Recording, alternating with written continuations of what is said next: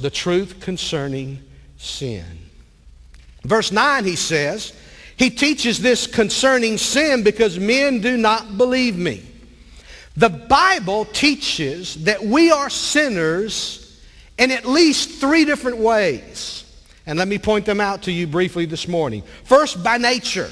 In Ephesians 2:3, the Bible says that we are by nature children of wrath.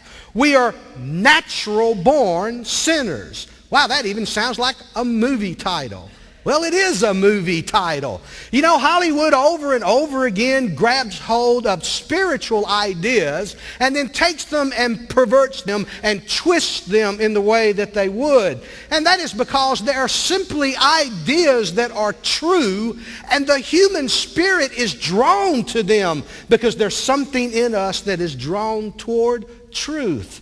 The truth is, we are by nature sinners. We are children of wrath. Most people think that wickedness is because of what people do. But you're not a sinner because you sin. You sin because you are a sinner. You see, a dog isn't a dog because he barks. A dog barks because he's a dog. It is the nature of a dog to bark. You and I by nature are sinners. If you want evidence of this, go work in the nursery. Those sweet little angels, and we had our little angel grandbaby from Texas this last week. Those sweet little angels, there's just a fine line between that sweet little angel and a little devil. And it's a real fine line, and they can cross it really quick. You have to teach a child to share. The natural tendency of a child is to hoard and keep and say, mine. You have to teach a child to be outward in approach, because the natural tendency of the child is to be inward and self-centered. Some people grow to be adults, and emotionally and spiritually they remain infants.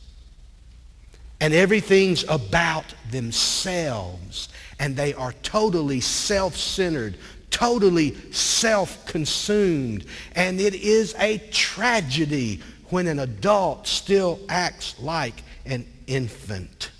You see, it is our nature. We're born this way. We're children of wrath.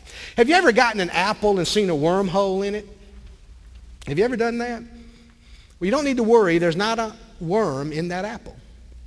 Because the worm that naturally happens in apples, that worm is planted in the apple when it is not an apple, when it's a flower.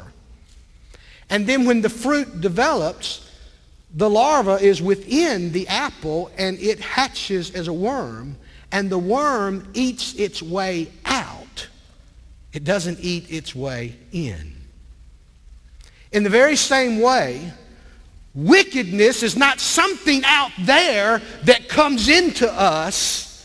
It's something already in here that works its way out of us.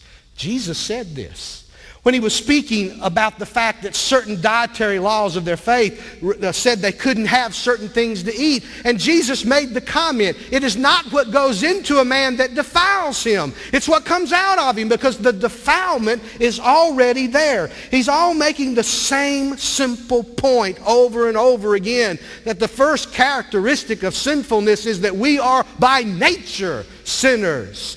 We're not sinners because we sin because we are sinners. That's why outward rehabilitation in the long run won't work. Because you can't rehabilitate what's on the inside. You know, you get an old twisted log that's bent and twisted, and you think, well, what could I possibly make out of that log? And then you begin to cut away and to plane away on it until after a while you've got a four-sided straight beam. But if you look at that beam at the end, guess what? The grain is still twisted and crooked all the way through the beam.